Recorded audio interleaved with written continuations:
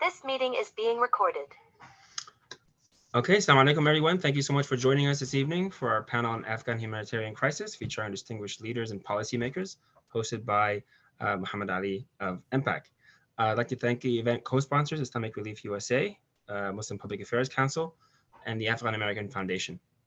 My name is Ahmed Maati, Board Chair of Muslim Americans in Public Service, a national nonprofit member organization that aims to build and formalize community, promote institutional representation, and facilitate the professional development of Muslim American public servants.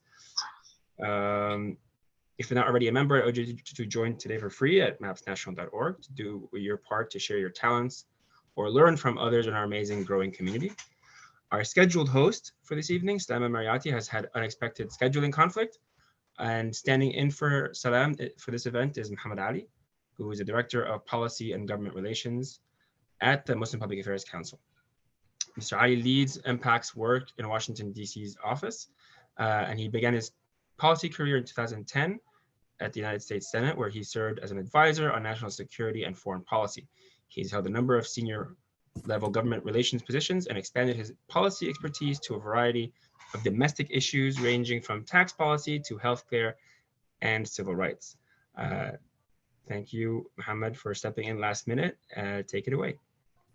Thank you. And on the note of that generous introduction, I will say that when I did the tax policy work, it was when the Republicans were able to actually get their tax bill through. So I know how to lose. So welcome, everybody. I want to start by just sharing a little bit about the MPAC work we have done here. We had set up a forum that consisted of 4 webinars last year on a number of different topics and highlighting the voices of Afghan-Americans who frankly know what they're talking about. Unfortunately, in the preceding 20 years, they didn't have a voice to the degree that they should have. Our idea was to amplify and not occupy.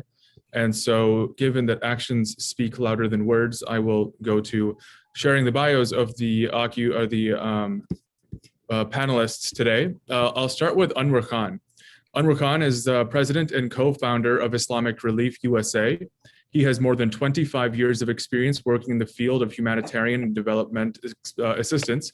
Mr. Khan grew up in the United Kingdom and went to America to help found Islamic Relief USA. He was involved in community organizing and helped build the Islamic Relief USA volunteer and fund development. Mr. Khan is the longest serving staff member in the organization. He is also an associate faculty at Indiana University Lilly School of Philanthropy and was an advisor for USAID Advisory Committee on Voluntary Foreign Aid and the State Department's Religion and Foreign Policy Working Group. Currently, he serves on the board of the World Food Program USA, Joint Learning Initiative, and the Alliance to End Hunger.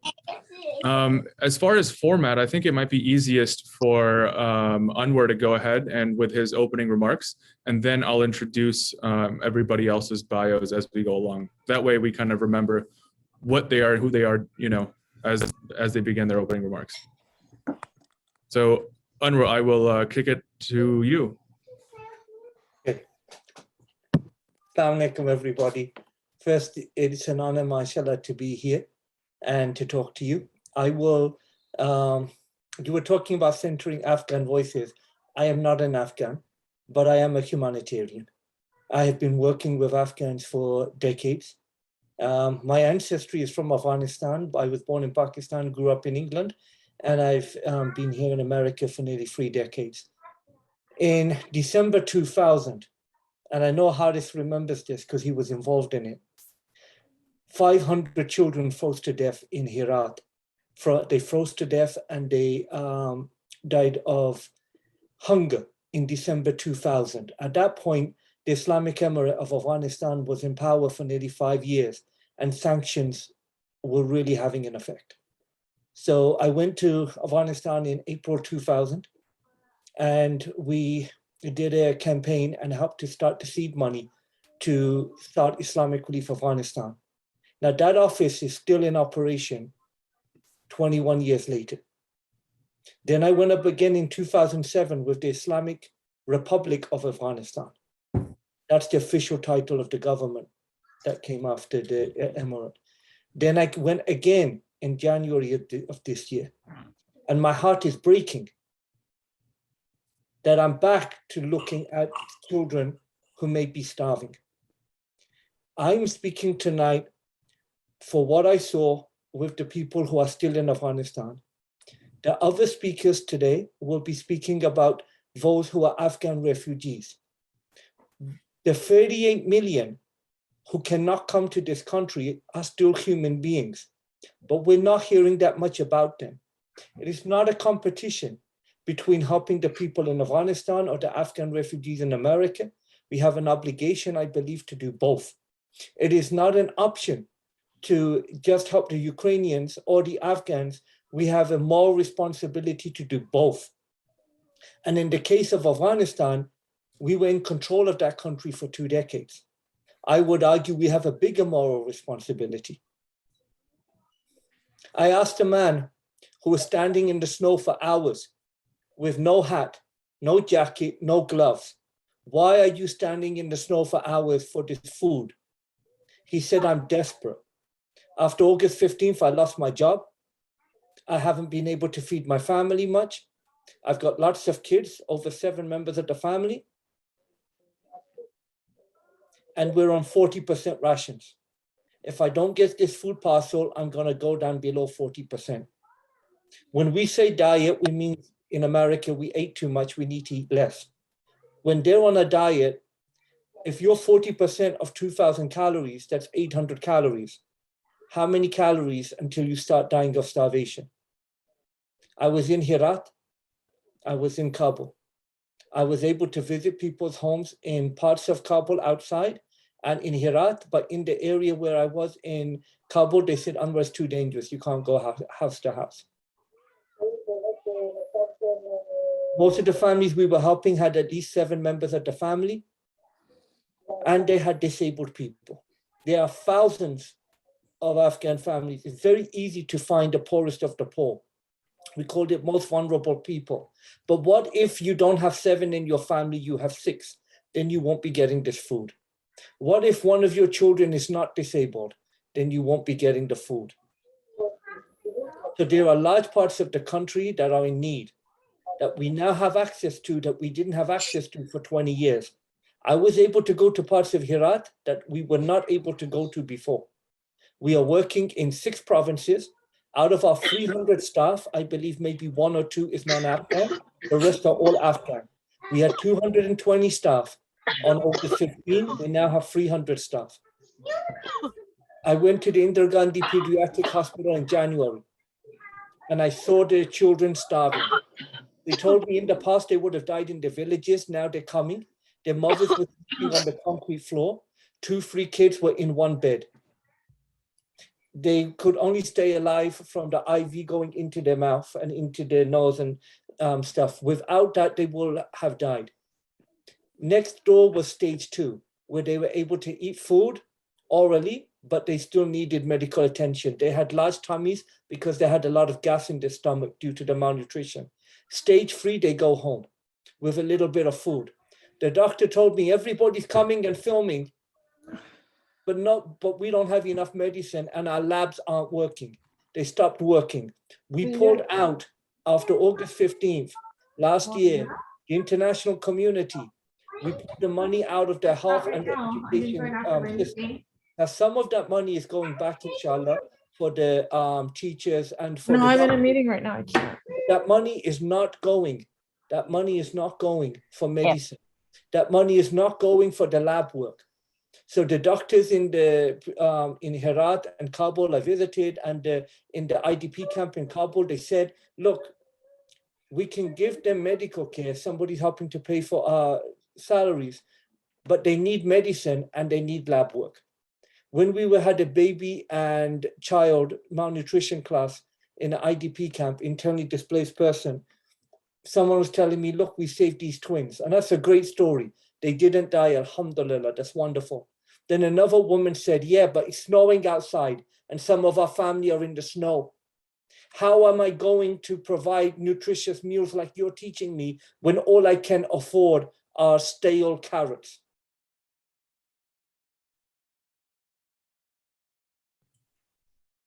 1 million Afghan children may be on the verge of starvation this year without food assistance. 98% of the people in Afghanistan need food assistance. The UN World Food Programme gave food to 15 million unique people out of the 38 million last year. This year, it's aiming at 24 million. I asked one of the women, what difference did it make when you got aid? When she was in our orphan support program, a widow. She said, I used to have 3 walls, now I have 4 walls. So when it snows, I don't feel so cold. Before I used to put hot water in a bucket. Me and my kids would put our feet next to the hot bucket and put a blanket on top. Now I have a heating supply.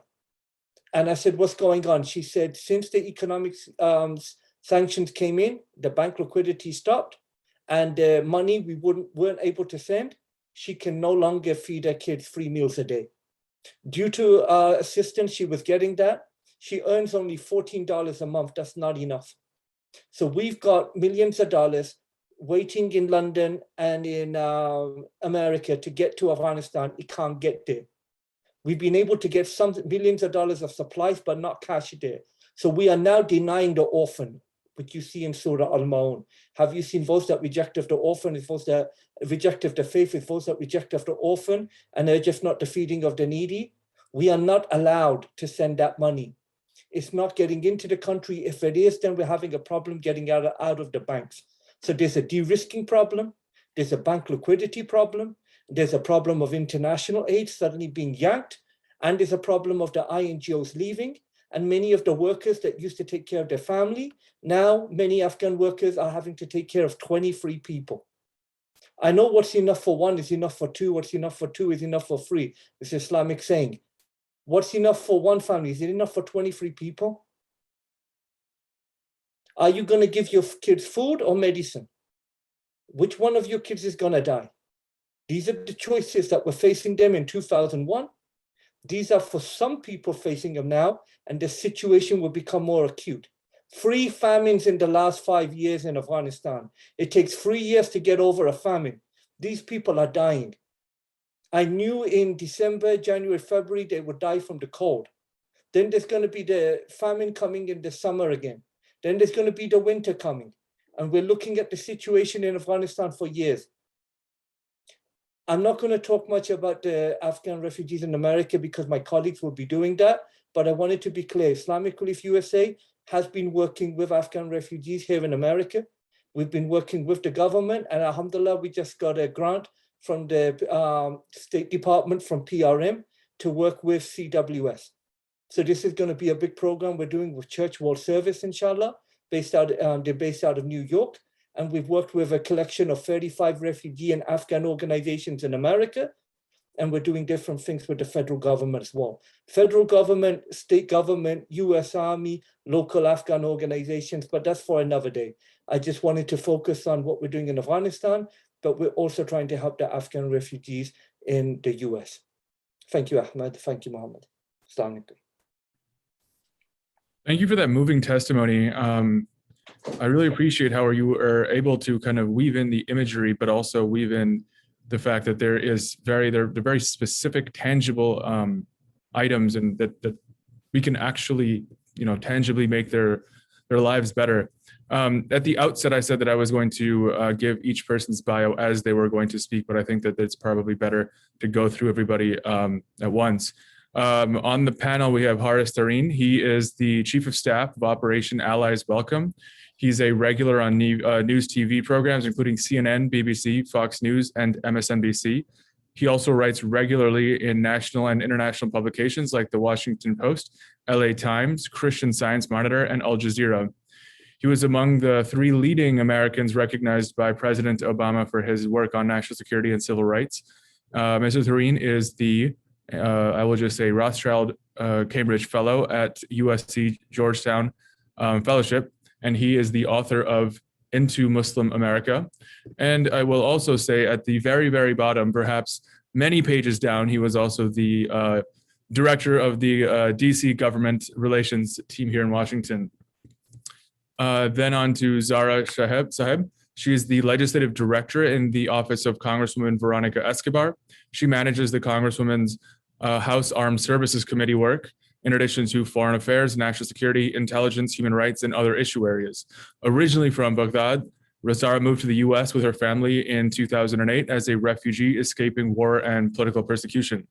She's a graduate of the Johns Hopkins School of Advanced International Studies, also known as SAIS, pursuing a master's in global risk. She has a passion for service and advocacy, which brought her to Washington, D.C., where she first served as a legislative correspondent for Congressman Mark Vesey in 2018, emboldened by her own experiences as a refugee and as a Muslim. And Muslim woman of color, as well as the global challenges of politics and the inequalities we seek to rectify. Her lifetime mission is to help dismantle the inhumane system of laws and policies of oppression on local, federal, and global scales.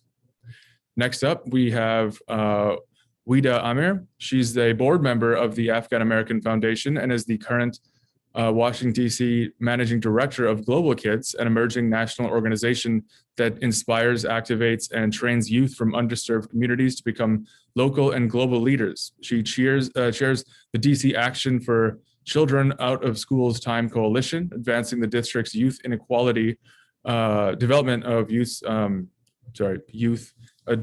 development agencies' advocacy priorities. In addition to decades of leadership in the nonprofit, youth development, and social justice fields, she's also led federal and local immigration policy advocacy campaigns on behalf of women, children, and families. She previously served as the immigrant director at the National Asian Pacific American Women's Forum and worked with South Asian Youth Association, or Action, which is a community-based youth development organization centering the needs of immigrant children in New York City. So those are our panelists. Anwar, you talked a lot about the needs and what you have seen in Afghanistan and the dire straits in which they are in, and also touched upon some of their needs in terms of what can be done to make them, just give them a modicum of hope. So I'd like to then go over to Zahraa, who is obviously on the Hill and probably can share a little bit more about her experience and what she has seen there.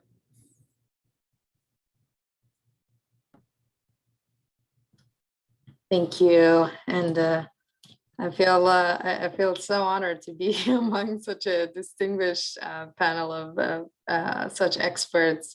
And then it was so great to hear about your personal experience and the perspective you bring to this panel is it's truly powerful.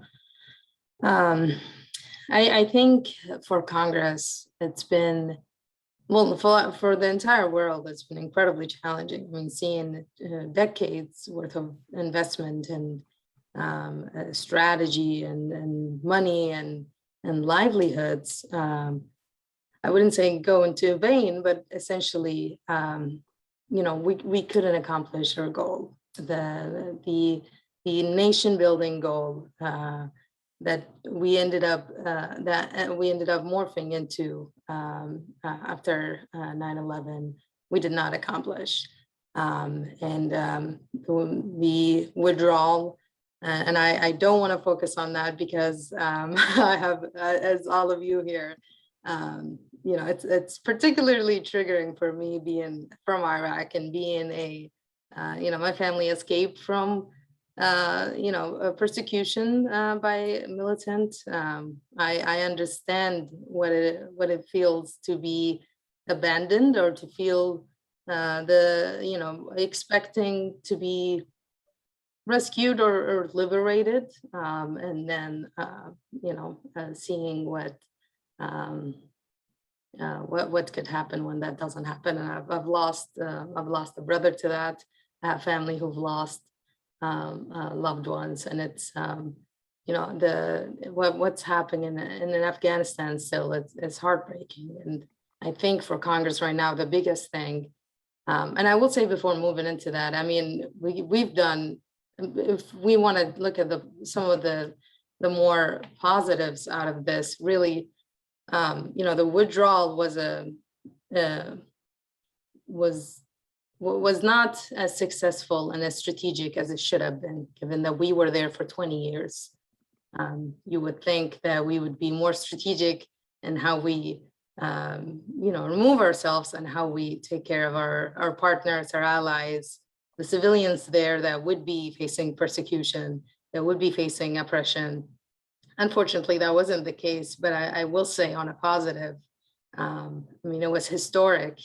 Within 17 days, we were able to really deploy and mobilize service members on missions that carried out, some of our biggest aircraft lifts in history. I mean, we brought close to 124,000 Afghans, 6,000 of which American citizens, in 17 days. I mean, that is incredible. That is miraculous. So that is a positive. I work for a member of Congress who represents a district that houses one of the biggest military installations in the US. And we were fortunate enough to be able to house close to 10,000 SIVs at the military installation. And I had the privilege of visiting that and looking, and I was talking about this yesterday, just the ecosystem. And you have a base that essentially established a whole ecosystem, really we called it a village for these SIVs. And you have, the mission of these service members at Fort Bliss, that's the installation, suddenly became taking care of these Afghans and their families. And it was when I saw it, because you see on the news, you see the heartfelt, heart-wrenching, the people trying to get on the airplanes, you hear about the service members who got killed, the drone strike and the casualties involved in that. And you have so many feelings and emotions about that. And then you go and visit a village at this huge army installation, and you see service members beautifully working with Afghans who, they don't speak the language. They're there, they're scared, they're in a new environment.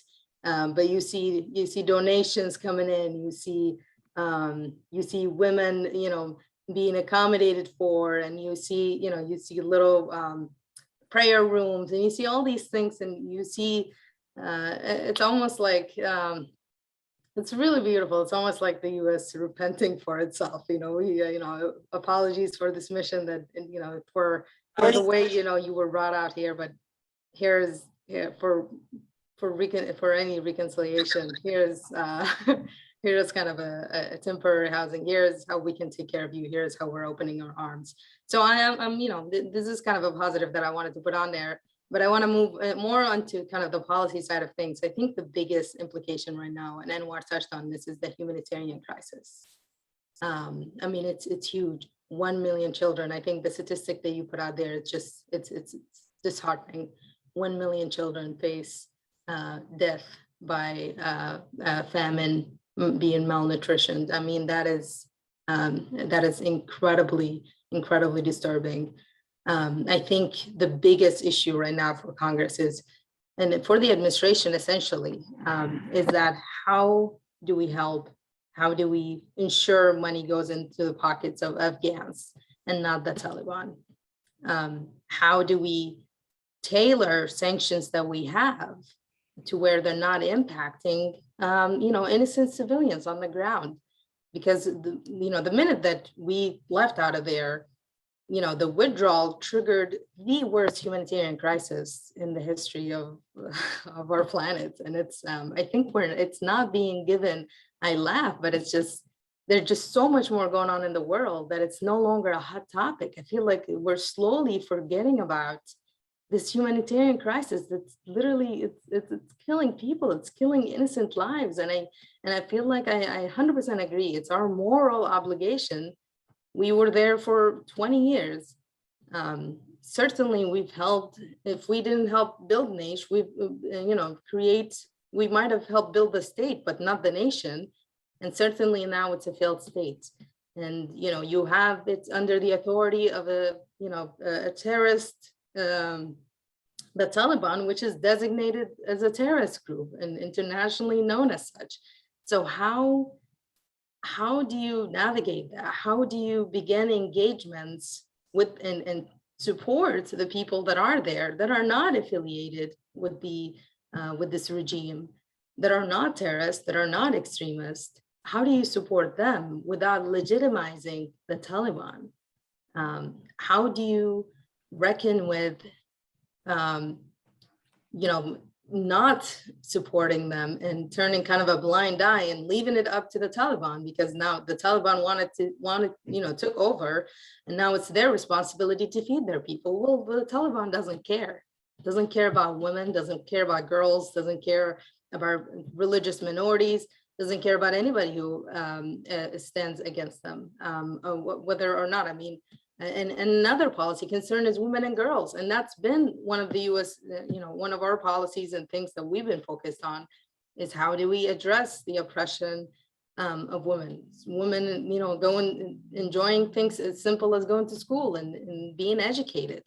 I mean, there's a lot of policy implications for us, but the biggest barrier is figuring out, how do we begin that engagement? How do we delegitimize the governing authority as it stands?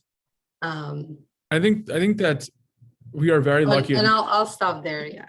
I was going to say, we're very lucky to have your perspective as somebody on Capitol Hill. Obviously, we've got Tarin, who is in the administration. But yeah, there's a couple of questions that I have related to some of the omnibus spending that included Ukraine funding, and see if there's some way to kind of motivate more from the on the Afghan side. I'd like to go next to Wida, who can talk to some of her experience on the civil service, the nonprofit side, and some of the work that she has done. Thank you so much, Mohammad, and good evening, everybody. I'm actually going to pass the mic to Haris because I want him to give a little bit of an overview of what's going on in terms of the operation. And then I can talk a little bit about the community work in terms of the response to the refugees' arrival and evacuations and long-term resettlement, if that's okay. Yeah, of course. So Haris, if you want to share some of your thoughts, and then we can open it up to questions, kind of go back and forth on what we've heard. And good luck defending the administration. Okay. Thank you, everyone. Thank you for joining this evening. Thank you to MPAC. Thank you to the Muslim Americans in Public Service for putting this together. I think any conversation on Afghanistan right now is important because, as we all know, the attention that the world gave to Afghanistan for a few months is slowly withering away as the world faces other priorities, other crises. The attention on Afghanistan has faded, and I think those who want Afghanistan to be forgotten from the national and international discourse and narrative are unfortunately happy with that. Afghanistan out of sight and out of mind is what a lot of people want, because and that leads me into what I would say: Afghanistan out of sight and out of mind is what people want, because this is a created crisis. The crisis that was created over the past 6 months is a created crisis by multiple entities that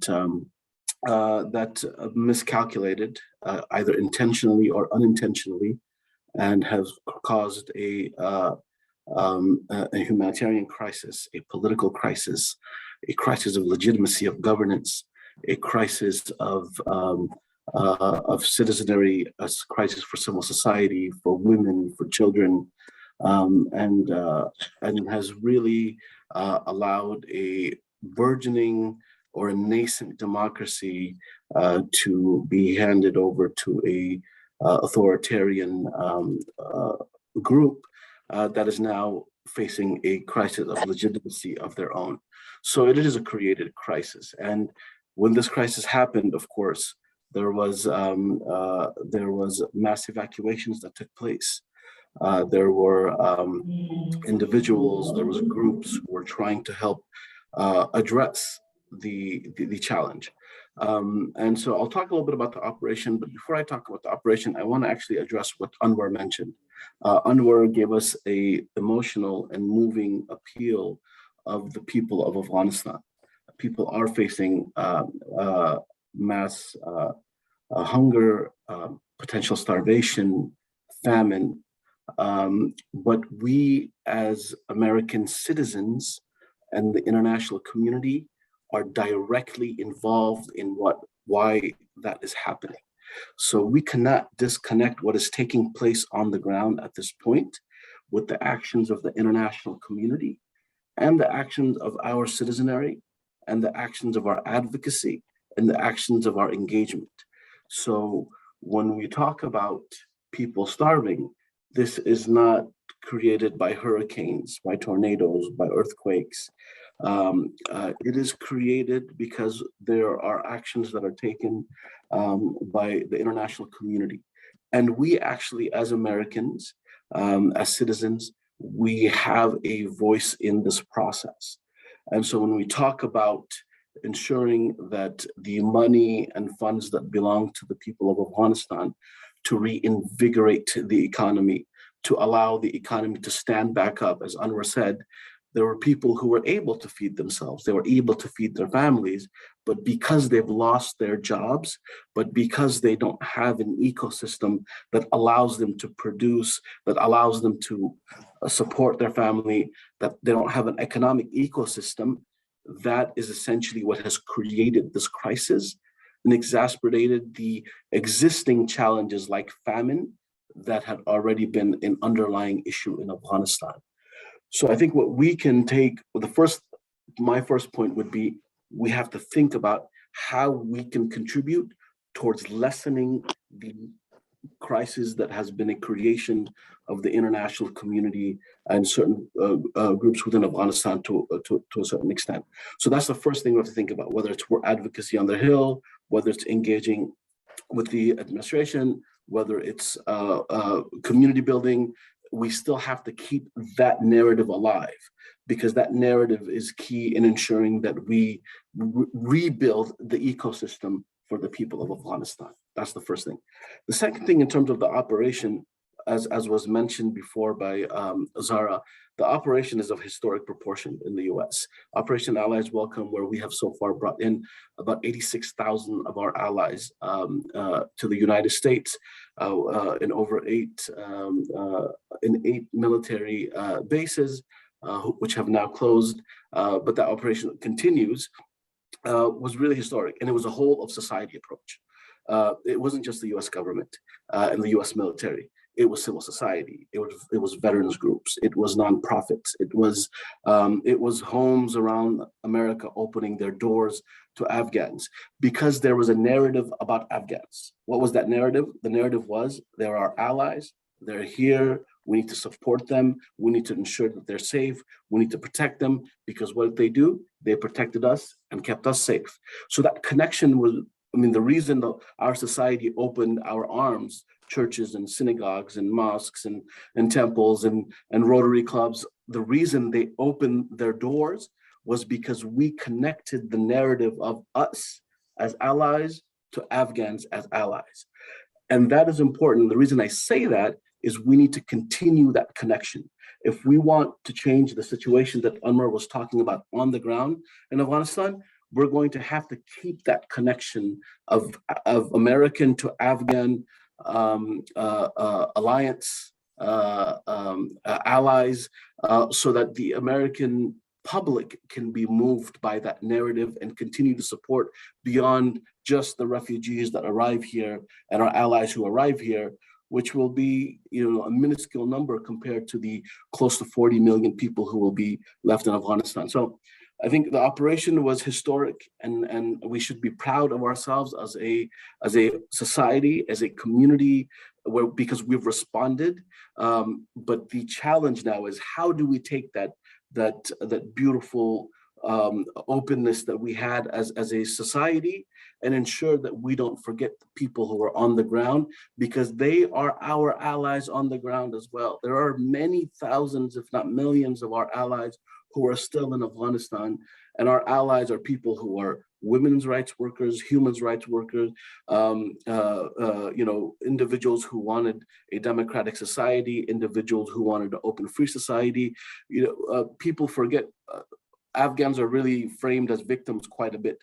People forget that in Central and South and East Asia, Afghanistan had the most open and free press and most vibrant civil society of any country in that region. It was burgeoning. It was happening even in difficult circumstances. We share that in common with the people of Afghanistan.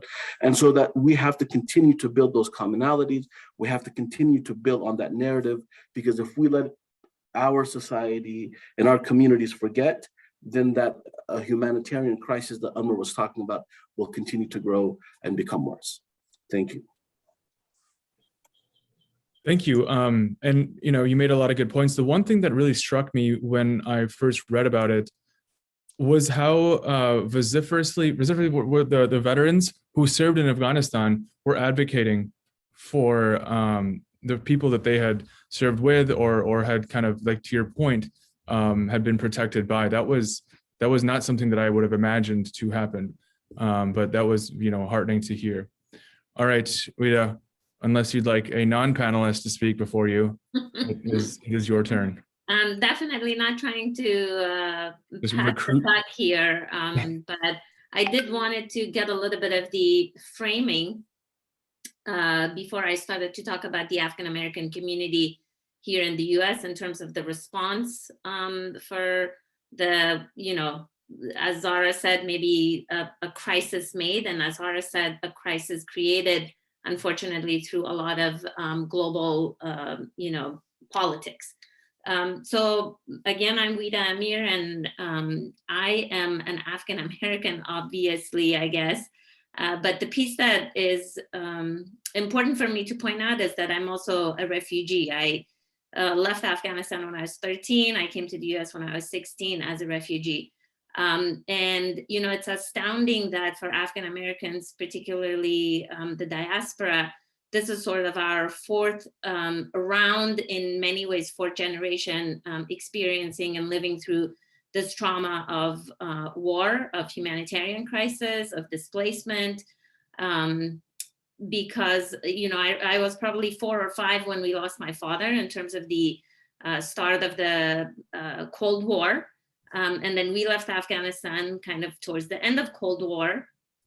And fast forward, 20 years ago, 9/11 happened, where we all, as a diaspora community, and as, globally, all Afghans sort of witnessed and experienced all of this turmoil. And now 6 months ago. So this is where we, a little bit also about Afghan American Foundation, we, started just a little bit over a year ago. The few of us who, my colleagues on the board, incredible people with a lot of passion, absolutely amazing expertise, and very, very well established in their respective sectors. We came together because we thought, maybe I think we were just sort of hypothetically talking at the time. And we said, if there is a repeat of an event such as 9/11 or any type of, global catastrophe that is related to Afghanistan, we really need to come together and make sure that we have a central space, a central avenue, and a central organization to really kind of field everything that is happening and how we respond. Obviously, and I'm not speaking that, we haven't done this well. Afghan Americans have been incredibly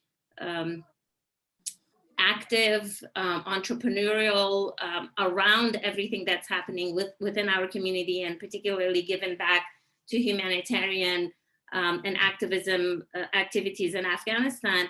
But we didn't really have a central space to bring Afghan Americans together to really elevate our voices. And this was a little bit of an irony at the time, because Afghanistan was, if not the most important and key foreign affairs, US foreign affairs issue, it was one of the most important US foreign affairs issue that we were grappling with. But unfortunately, the voices of Afghan-American experts, the Afghan-American community, and for that matter, even the Afghan diaspora, was really glaringly missing.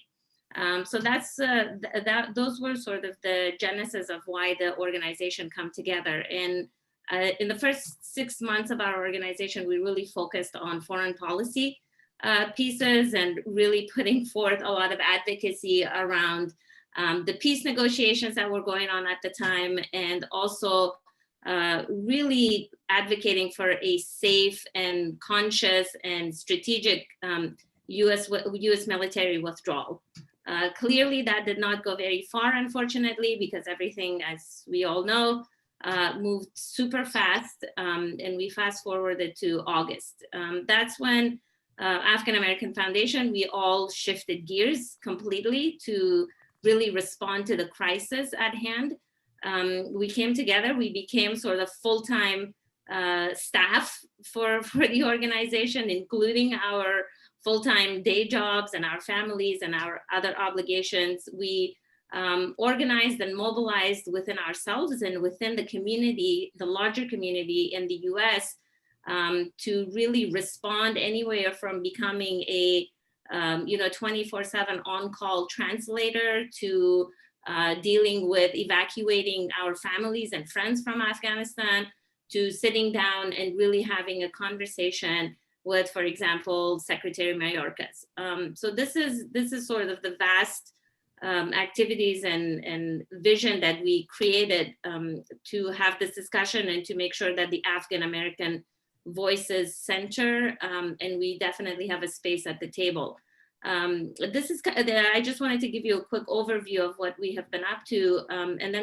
So through the last 6 months, we are now playing a number of leadership roles in terms of continued resettlement processes, as well as some policy advocacy. So 2 of our board members are sitting on the advisory and leadership roles within welcomeus.com.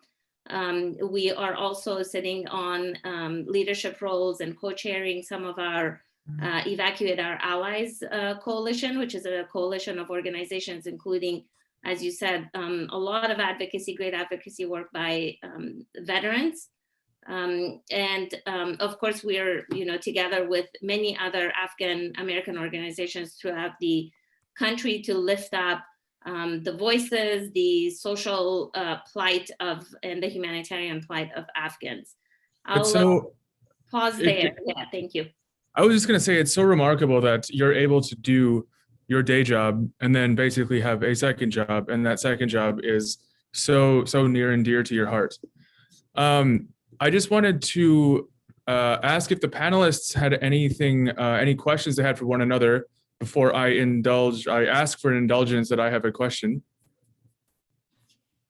I will take that silence to mean that I can ask a question. So the Biden administration recently, I believe, issued an executive order that would unfreeze the $7 billion that was frozen from the central bank of Afghanistan, basically, which backs up the currency, and without it, the economy is just effectively just not able to function. And it was split.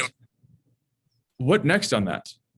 I mean, we can talk about that, how bad it is and how bad it is to the economy, but A, can one of you all share what that means? And B, perhaps Haris, you can speak to what the administration had kind of thought about. And Zahraa, maybe you can talk about what actions Congress can take. And Wida, maybe you can speak to what the Afghan the community's reaction has been to that. And Anwar, if you can talk about perhaps what that means on the ground in terms of the value of the currency or lack thereof now. So you've spoken about, how there's just the degree of poverties that continue to grow. So Mohammad, I think we need to explain what that actually means. Yeah. Like after August 15th, shortly after that, $10 billion of Afghan government reserves, which is for the people of Afghanistan, was confiscated. 7 billion by the US and 3 billion is in other places. So out of the total 10 billion, this is money needed to keep the Afghan economy afloat. Without this money, then the Afghan economy tanked, which is what happened.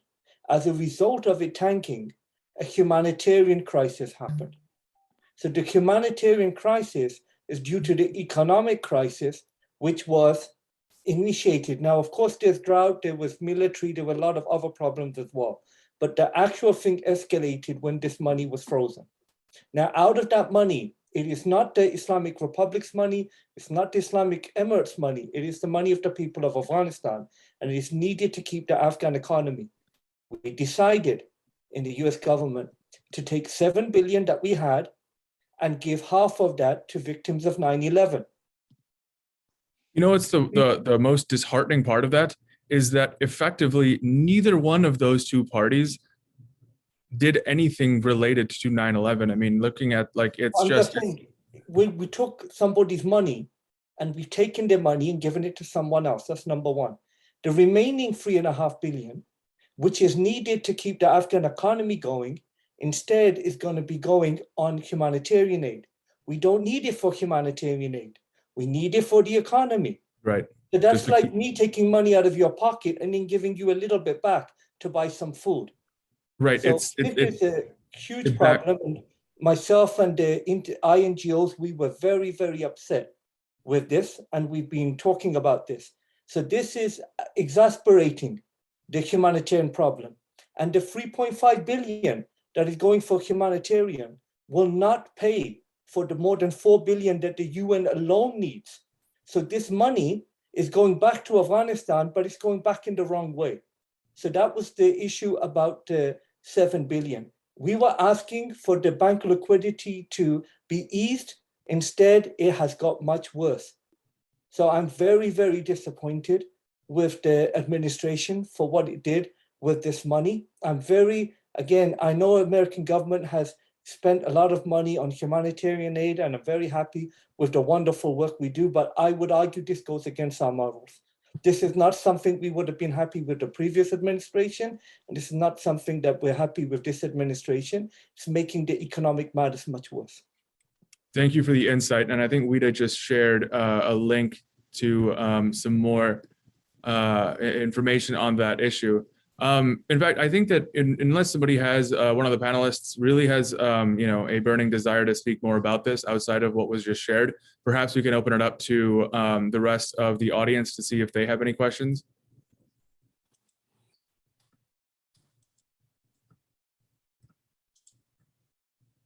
Because if you don't, you'll have to listen to me ask questions, which I, of course, absolutely love to. Mariam. Yes, hi Salam, everybody. I have a question. As far as the banks getting this initiative that you guys have, what are you guys like? What is the action call in regards to getting that money back to the Afghan people? And I think it was Mr. Anwar. He was saying that it's actually $10 billion. Now, that's a lot of money. I don't know if we'll be able to get that back. If he can elaborate on what you guys, or what the Afghan-American Foundation or Islamic Relief, like how are you guys going to go after that? Like that's what I wanted to ask. Thanks. So I'll take a quick swipe at this. I am not an expert on the financial and economic system.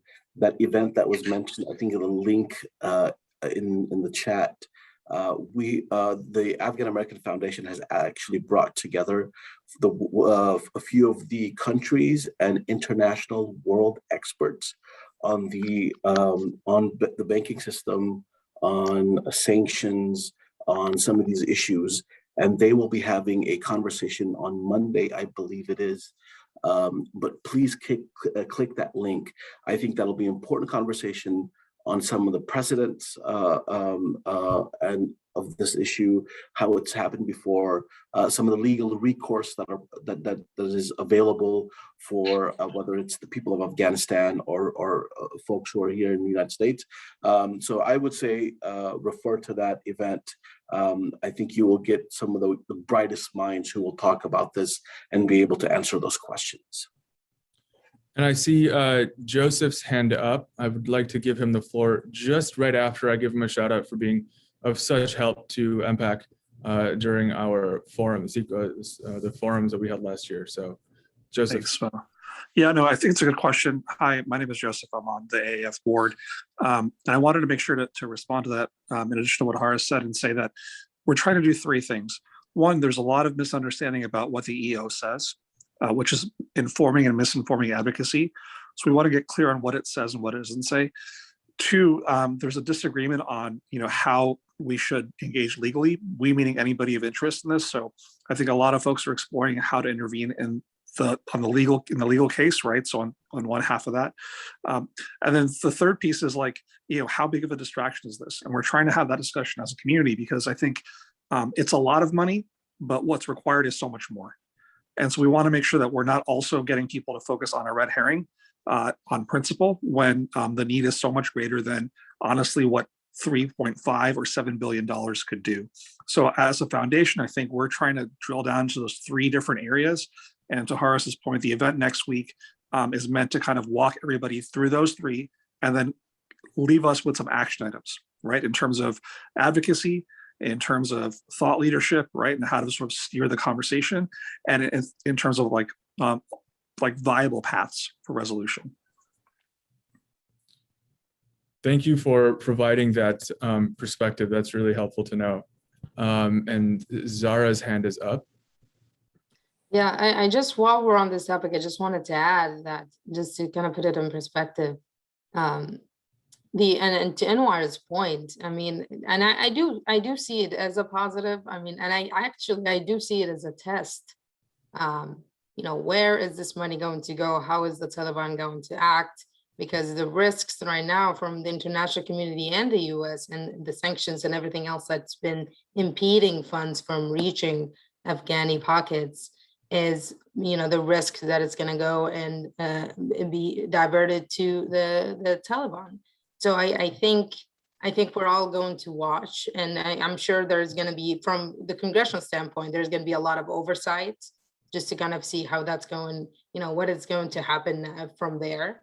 But I think that's going to determine what do we do next? What kind of, instead of just the human, can we go above and beyond the humanitarian aid and provide financial assistance to this country? Because I don't know how many, I don't think a lot of people know this, like the average person. I didn't know this before the crisis erupted, but Afghanistan is very dependent on international aid. Half of its annual budget comes from the US and the international community. About 80% of its spending comes from aid, and that all stopped when we withdrew. And the country was already one of the poorest countries in the world, just given the, since the Taliban and the crisis, even earlier than that. Even earlier than that. And then, COVID and droughts and just the conflict in general was exasperating conditions. So just with the withdrawal, and I'll stop there because I know there's more questions. So I just want to ask a quick question or put this out there. The money wasn't for humanitarian aid, or initially wasn't designed for humanitarian aid. It was to back up the currency, like the Afghan currency. It wasn't like, it was effectively like a 401k that you don't like dip into now. It's basically like backing up a future, not in that sort of, maybe that's not the best analogy, but it's not something you touch now. It's to back up, provide value to your currency. So because the currency was depreciating. Yeah. There are a couple of hands up, but does anybody have a question that is unrelated to the currency issue? Because we have this event coming up, so I think that'll be a good opportunity to engage more on that subject, unless one of the panelists want to engage that more. And with that, I see nothing. So there what are about some questions in the chat? There are some questions in the chat. Are some in there. Yep. So let's start with Bob. Bob Ness, the floor is yours.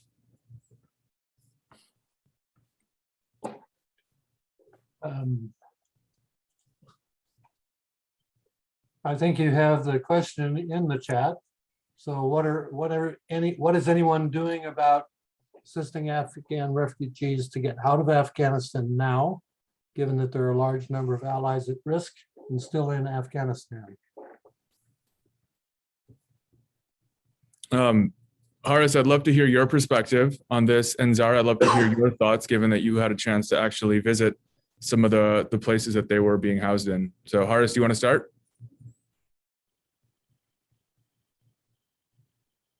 Or Zahraa, do you want to start? Sure, yeah, I can add a little bit of that. I think it was Yeah, mentioned please earlier. go ahead, Zahraa. Oh, no, go ahead. I'm sure you'll give the background. I can give the kind of No, you go, you got this. I think the situation now is a lot better in terms of, and you're talking about individuals who are still in Afghan or settling Afghanis who came here on SIV visas. No, I'm talking about people that are still in Afghanistan and need to get out of the country. Yeah, I think, and actually even our office, we're still getting requests. I mean, our process internally, and for any individual who on here who might know, I mean, definitely reach out to your congressional member. But it seems like the State Department, in conjunction with Homeland Security, who took over the operations later on, are a lot better now than several months ago when they were under dealing with severe backlogs from the number of applicants that they were getting. I think the biggest challenge is really verification and just being able to get all the information needed and to verify individuals and to be able, and I had a discussion with a State Department liaison, and they were telling me they have lists of individuals that they were getting from, outreaches, like our office was giving them names, and that they were collecting them, and they would be, on the grounds. And this is, I don't particularly handle immigration, but they, working off of these lists of individuals, wait lists that they now have, that they would be working with groups on the grounds, et cetera, to try to get these individuals and their families. But I think from what was mentioned to me, the biggest challenge is really verification of these individuals. But it seemed from what I've been told is it's a lot better now, because we've already brought so many over here. So we have a system in place versus just kind of building the plane as we're flying it, as we were back when we first were withdrawing. So we do have a lot of agencies working together, and a lot more structure to the system and process. So it should be faster, but if you have any more questions on that and any specifics, I'd be more than happy to connect with you afterwards.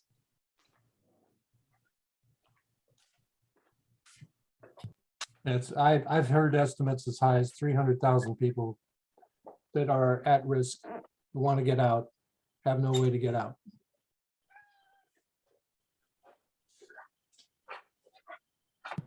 Yeah, and those are staggering numbers. I think it's just, I mean, with we're always, I feel like our countries. I mean, I work for a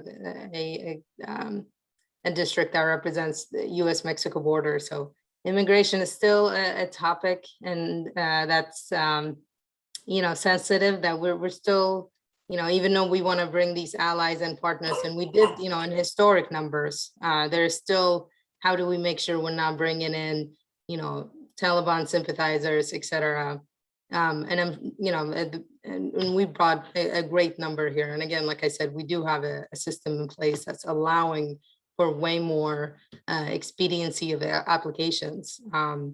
But that's a staggering number that I'm sure the State Department is well aware of, and the applications that are coming to their desks are all being considered. If I can also answer that, Mohammad, there's a lot of desperation in Afghanistan.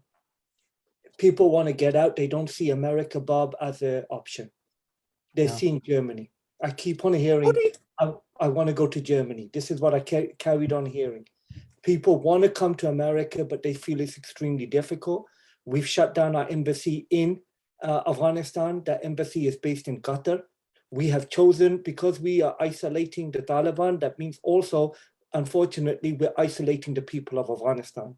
We need to separate between the government we don't like and the people. And right now, the people are very desperate. Many of them want to leave. Most of the people I spoke to, even the poorest, they want to get out, but they don't know where they can go. The border with Pakistan is closed. Pakistan itself feels it's under pressure. If it allows people to come in, it's going to be seen as supporting terrorism. Iran is under pressure as well. If you help the Afghans, you may be accused of terrorism. If you don't help the Afghans, then they're stuck over there. And right now, as I said, 98% are food insecure. Right now, we are not helping the people of Afghanistan by keeping a situation of sanctions, which is helping to starve them. And that affects much more than the 300,000, that affects the 40 million. But there's a lot of desperation, people want to get out, but Germany was the country that I kept on hearing. And the German government seems to be trying to accommodate some of the people. This is as of Kabul, Herat, as of January. That is really helpful to know. I know that we're closing, we just passed 8 p.m. Eastern. So I want to make sure that I give a chance to all of the panelists to give one last closing statement. And I don't think that I had discussed this with them, but I will put them on the spot. We've discussed a lot of, we've described a lot of what's happening there, what's, the horror with which these innocent people are living in, the trials and tribulations of what happens once they get here, and the circumstances and which they're facing. One thing that I want to ask the panelists is, it's like I said, it's 8:05 p.m. on the East Coast. We have work, most of us, at 9 p.m. or 9 a.m. So that's what, 13 hours? In the next 13 hours, what is like one action item that we can take? Or perhaps between now and 9 a.m. on Monday? What is something that each individual one of us can do that is like a tangible action item? So that's not going to be something like, well, let's push back against the $7 billion or $10 billion, or let's kind of work with other organizations to kind of create this system that's going to allow for more people. That's just like one thing that we can do. And that also can be to educate other people. I don't want to literally make you put you on the spot, but just, any thoughts there? Zahraa, your hand is up, but I suspect that might be from an earlier question. Though if it is from now, I'm happy to. That is from an earlier question. That's a really good question, and I'm thinking about it because, to So me, yeah. As the panelists ruminate, I think that we probably have time for just about one question. So maybe we go to one of the ones from the chat. I think, Mariam, you were able to ask yours. Joseph, I really appreciate what you said, and I think that we should follow this and for other conversations, if everybody can read that. And Louise, you had a question. I did offer to respond, or okay. Louise can reach out to me on email. I think it's a little bit of a longer conversation or response. So perfect. And as you do that, please loop me in, because as you mentioned, Salam was involved in that, and that might be something of where we can all I mean, I can say a little bit now, because that's sort of the the conclusion, and some final thoughts is that yes, there are thousands and thousands of Afghan refugees, our allies, our friends, our neighbors, who are being resettled throughout the country. I think one of the most important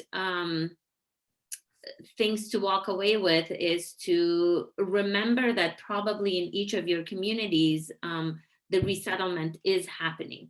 One of the biggest challenges the current, our allies and our new refugees are facing is housing. Housing is one of the biggest challenges. There are obviously a lot of efforts around helping the refugees finding jobs. So keep an eye out on that. In terms of our social media channels, for Afghan-American Foundation, we do post up a lot of opportunities and some of the upcoming advocacy opportunities, actions, as well as lifting up some additional events and the events and efforts that are happening locally with a lot of Afghan-American organizations who are hands-on with the resettlement efforts and projects. So please keep an eye out and reach out to us. I also added my email there if anybody wanted to talk about anything specifically. Thank you for doing that, and thank you for your work. You all making this space and having this event. Actually, a quick question or a quick note. Obviously, the generation that is, the heads of their family, they're going to have to struggle to survive in terms of, like, once they get here, they have to kind of work and provide food for their kids. What kind of mentorship programs exist for the next generation who might be, at the beginning of their, educational, careers? I can tell you that just one example I will put out is our community here in the DMV by my colleague and also our co-board member, Jawed Kotwal. He has a very active Facebook sort of community with probably over 14,000 members. In that space alone, there are a lot of folks who are coming stepping up to become mentors, as well as a lot of job training opportunities, skills building opportunities, financial stability trainings, etc. So that's just one example of what the Afghan community, the Afghan-American community is doing in terms of stepping up mentorship programming. That also exists throughout the country and the West Coast, East Coast, and everywhere in between. It seems like there's always like the multiple generations of refugees. Like the first generation is there to just ensure survival and ensure that there's food on the plate, and then it kind of goes from there. So I hope that I appreciate that there's that opportunity that exists to ensure that the Afghan refugees who are 5, 6, and 7 years old are in elementary school are being put in a position that they're able to flourish professionally and you'll be financially and economically successful. So any opportunities regarding that, please do share with the group. Zahraa, would you like to share your thoughts? Yeah, I don't have a graceful way of saying this, but what I was going to recommend is keep Afghanistan relevant. Take a break? Yeah. Done for the day. If everybody who is not speaking could mute their devices, that would be really helpful. So it's just no, I'm not live. I mean, I'm muted and no, this is they're just talking about Afghanistan stuff. Oh, okay. Hi, sorry, you're not muted. Jane, hello. Sorry. No worries. It happens.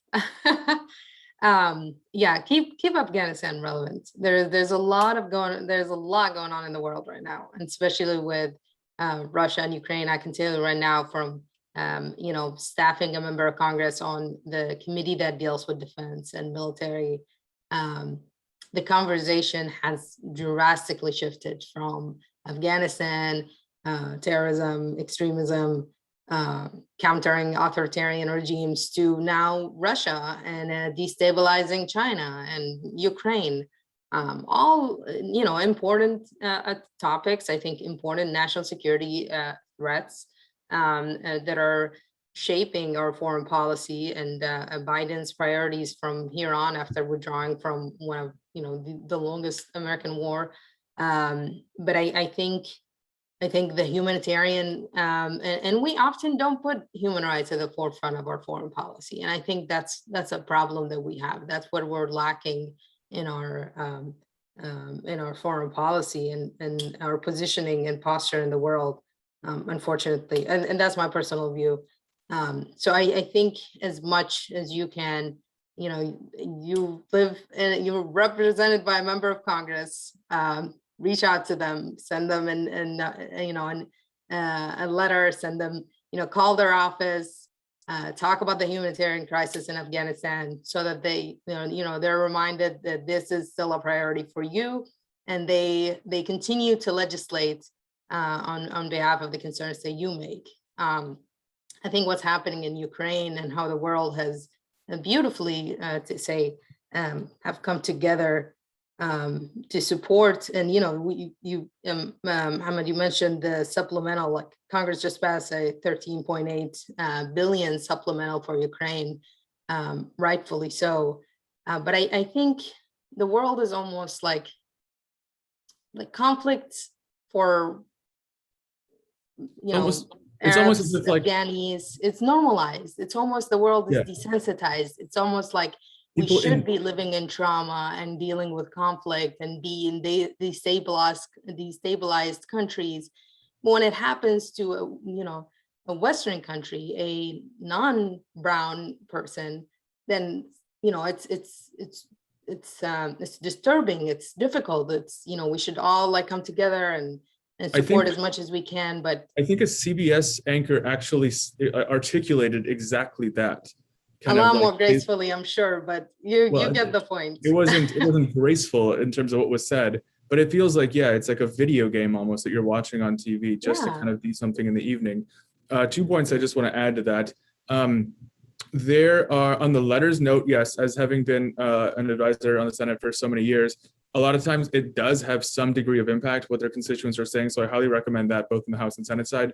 Also, both SFRC, the Senate Foreign Relations Committee, and House Foreign Affairs Committee, they have subcommittees with different jurisdictions. One of the jurisdictions, there's a distinction between the jurisdiction of Ukraine than that of whoever is in charge of Afghanistan. So perhaps there's a way to increase the number of briefings, and perhaps that could be something that we try to move towards, is making sure that the staffers who are in charge of those make sure that they know.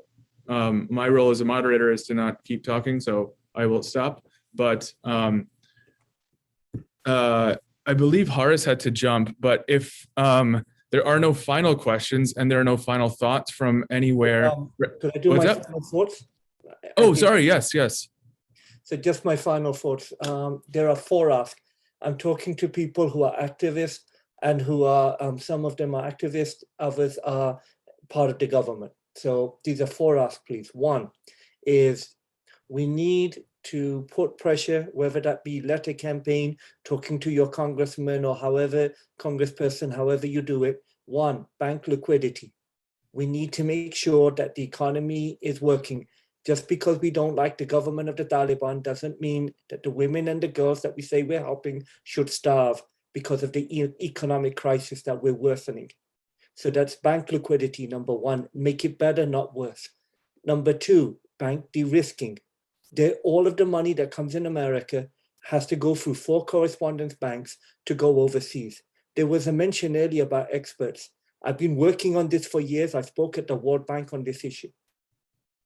There's many places that we can find out what's happening in Afghanistan. It's not just happening in Afghanistan, it's happened in other countries too.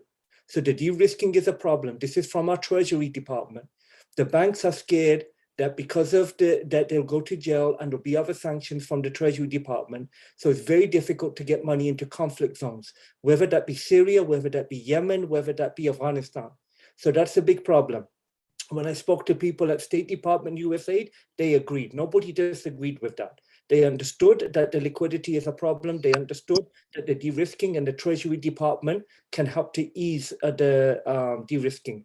The third is and it was mentioned, I think, by Zahraa, international aid. This economy was dependent on international aid. When we cut that off, we denied food and medicine, we denied education to these boys and girls that we say that we're trying to help.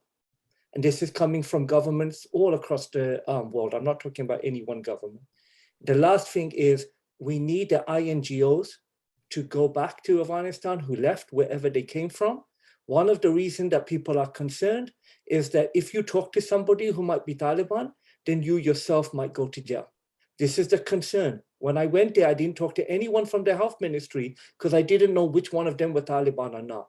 The problem is when we say that we can't talk to the people in the government, that's one thing if you're talking to political people, but that also includes the doctors who work for the health ministry may be regarded because they're health ministry employees that they're with the Taliban. We saw the same problem in Gaza.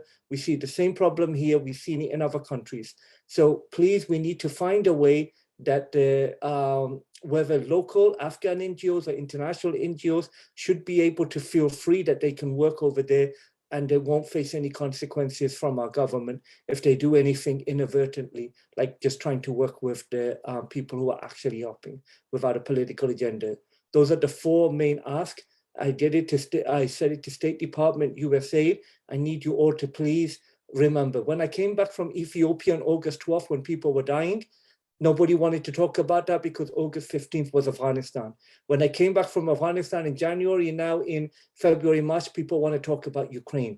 These are all our problems, whether they be Ethiopia, Ukraine, or Afghanistan. As Zahraa said, we cannot forget the people of Afghanistan. Please, please, just remember them. Every single person, no matter their color, their religion, their orientation, or their background, should be killed or discriminated in this matter. Please, let's support all of them, and let's pray for all of humanity. Thank you so much for that. And I think that that should be one of the main takeaways, is just please do not forget the people of Afghanistan. They're not getting the attention they deserve. They're put in a position that they did not deserve, and they need our help, whether it's the ones who are there or the ones who are here. This is our responsibility, plain and simple. We have to step up and step up further if you've already stepped up, and stepped up further if you've already got that next level. I think with that, Ahmed, I think we can conclude the program. We're about 8:20 on the East Coast, so I don't want to keep everybody or anybody away from the rest of their evenings. I appreciate everybody taking the time to join. It's something that unfortunately has kind of, it's on the back burner now. Ukraine and a variety of other reasons. And part of it also could be just oversaturation of hearing all about Afghanistan all the time, even when Ukraine didn't happen. So let's just please keep that in mind. And every single day, let's just kind of think about what is, how is it that we can help? That's right. Thank you so much for everyone. And I appreciate Mohammad Ali so much for last minute stepping in as host and moderator. He did delay a flight to be here. Thank you, Anwar Khan, for your tireless efforts and pushing with the government and mobilizing resources and raising this issue on the forefront. Zahraa, your work on the Hill is also tireless and impressive. Harris no longer was with us, but he's super active as well, and he was all over social media with raising the issues and images and making sure that everyone got firsthand access to these facts. And Wida, Amir, your organization is inspirational, and best of luck to you. Thank you all for joining, and thank you once again to our panelists. Actually, and our organizations. If I could have one last word, I want to say to anybody who was anticipating or expecting to have Salam here and found out that it was me, I apologize. Next time it will either be Salam, or you'll have longer notice.